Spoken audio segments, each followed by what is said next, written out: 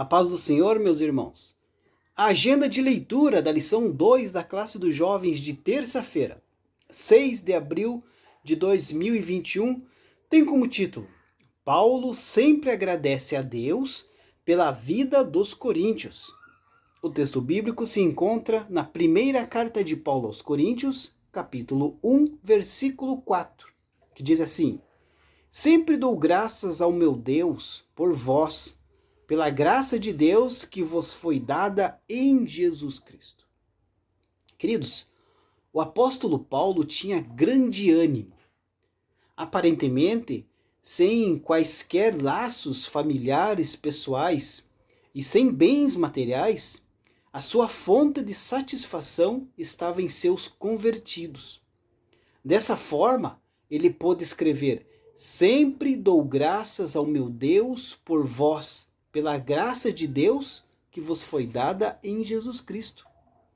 Muito embora as pessoas na igreja em Corinto estivessem aí cercadas por uma lista espantosa de características carnais, a comparação da sua nova vida em Cristo com a sua antiga vida no paganismo corrupto era aí uma fonte de satisfação para o apóstolo Paulo.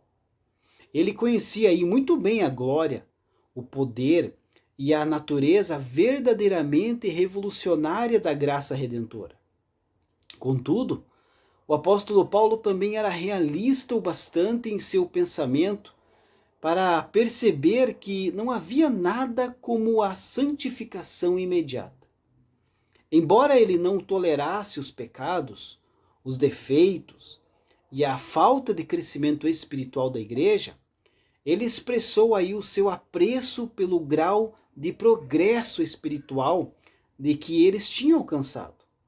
Além disso, ele poderia ter aí desejado declarar a sua gratidão a fim de amenizar a severidade de suas discussões posteriores com relação aí aos problemas, aos problemas que a igreja enfrentava.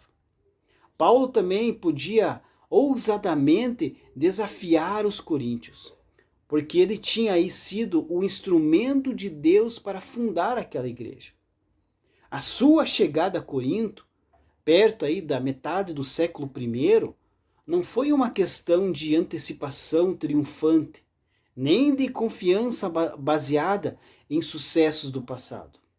Ele havia fugido da Macedônia, tendo a sua vida aí em perigo, estava correndo risco de vida. De Tessalônica, na Macedônia, Paulo tinha ido para Atenas, onde alcançou pouco sucesso, tanto entre os judeus como entre os gregos.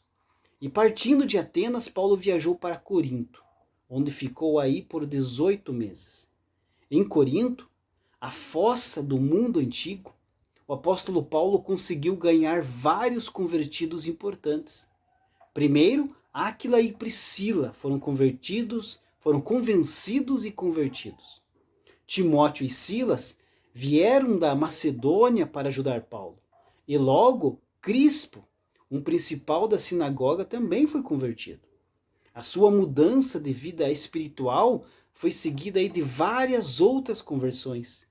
Entre estes convertidos estavam algumas pessoas de elevada estatura social, como Tito Justo, cuja casa tornou-se aí um local de reuniões para a igreja. Áquila e Priscila, que eu já mencionei, eram pessoas de caráter forte e de imensa atividade. Também havia o Gaio, que era um homem de posses e grande hospitalidade, recebendo Paulo e toda a igreja. Erasto, o tesoureiro da cidade, converteu-se também.